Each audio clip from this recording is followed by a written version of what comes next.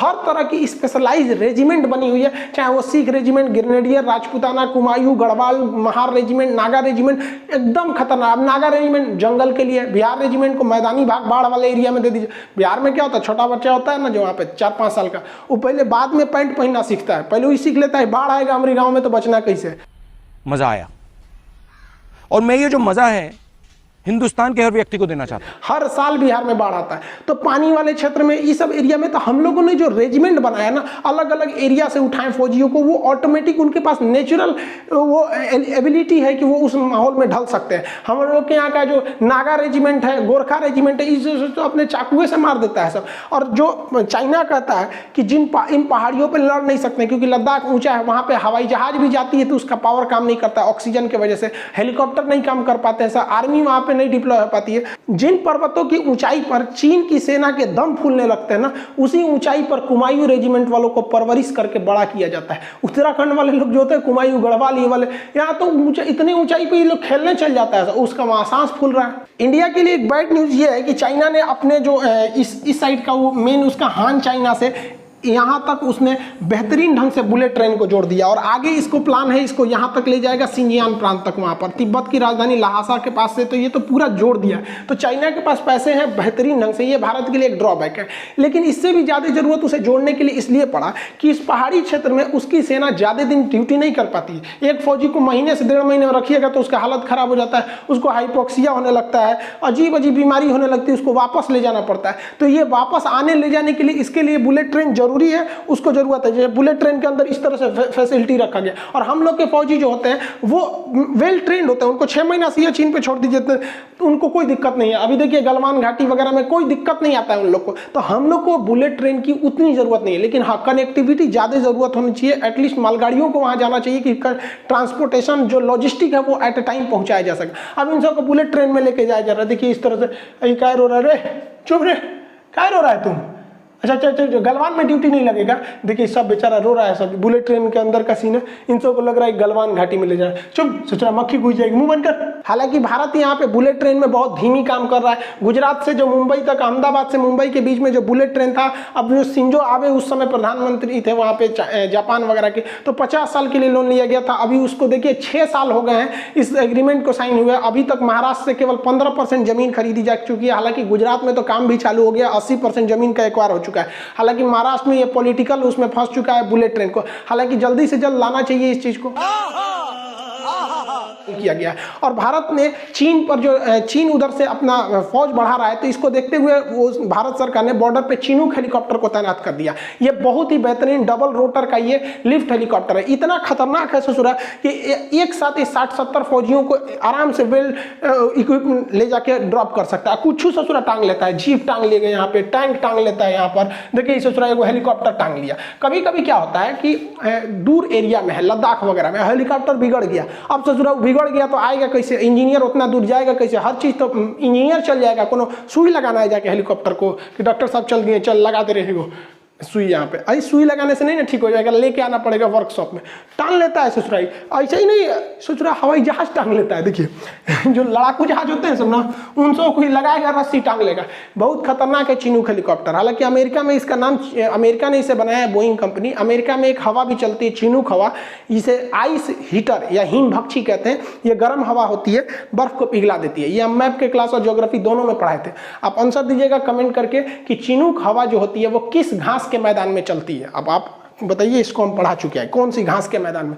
देखिए एक और समस्या चाइना के पास क्या है, वो पहाड़ी एरिया, और पहाड़ी एरिया में आर्टिलरी जो होती है बहुत खतरनाक होती है। हम लोग जो 1999 में हारे, मतलब हारे तो नहीं, पूरी तरह से जीत ही गए थे, लेकिन क्षति बहुत हुई थी क्योंकि पाकिस्तान जो थी वो उधर आर्मी जो पाकिस्तान की थी वो आतंकवादियों के आड़ में आर्टिलरी फायरिंग कर रही थी। और हम लोग की आर्टिलरी इतनी ऊपर तक पहुंच कैसे जाएगा, इस पर आदमी नहीं पहुंच, ससुरा इस पर रिक्शा नहीं चढ़ पाएगा, आप आर्टिलरी या टैंक चढ़ाइएगा, यहाँ पे साइकिल ना चढ़ पाएगा उस पर।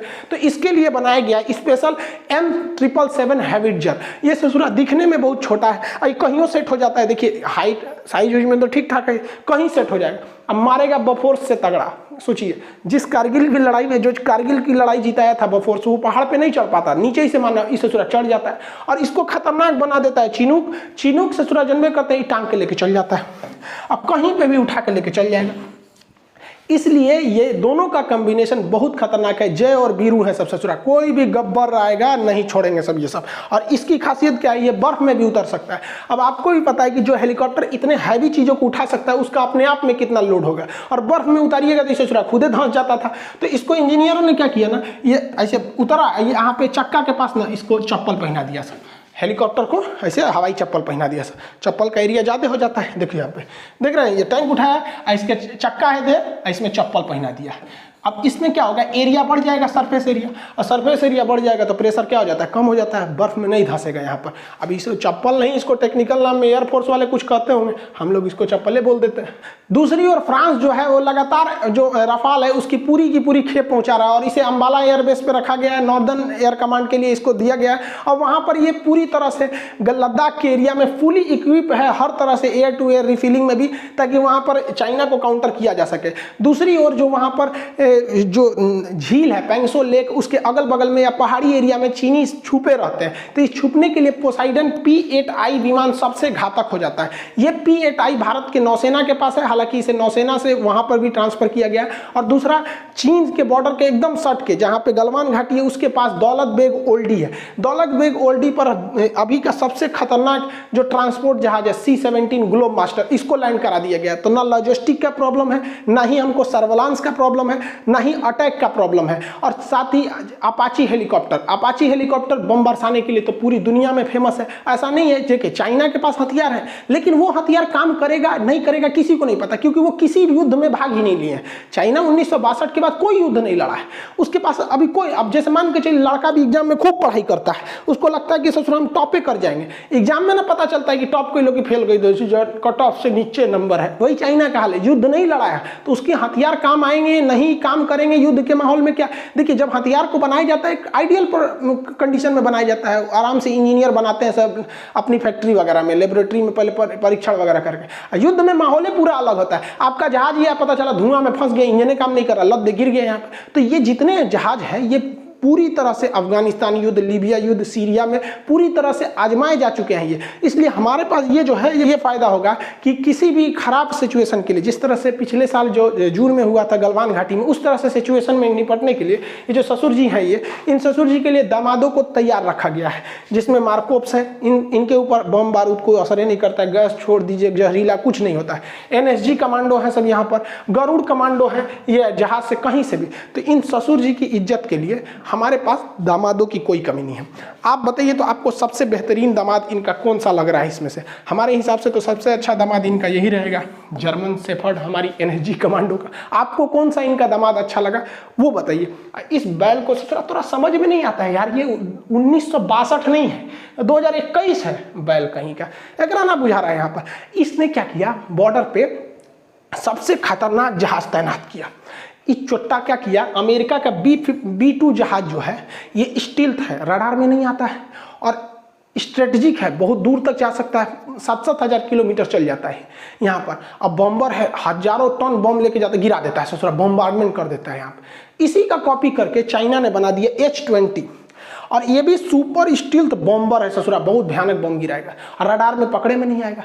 चाइना, अब हमारी सेना का मनोबल गिर गया और इसने ससुरा वहां तैनात कर दिया, इसको परीक्षण भी किया, 1 हफ्ता तक नचाया, और रडार में आइबे नहीं करेगा। हमारी सेना देख रही है रडार में नहीं आ रहा है यहाँ पर, ले ससुरा बहुत खुश हो रहा था। लेकिन भारतीय DRDO है, ये ससुरे इसको चैन से जीने नहीं देते, दुकुंची बना दिया DRDO।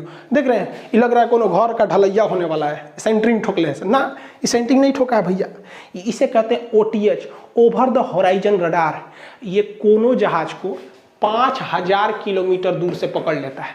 चाइना खुश हो रहा था, हमरा रडार में पकड़े नहीं आएगा। रे बैल ससुरा, तोरा जहाज उड़ने से पहले कि मैं पकड़ में आ जाएगा, जैसे रनवे छोड़ेगा पकड़ा जाएगा 5000 किलोमीटर से।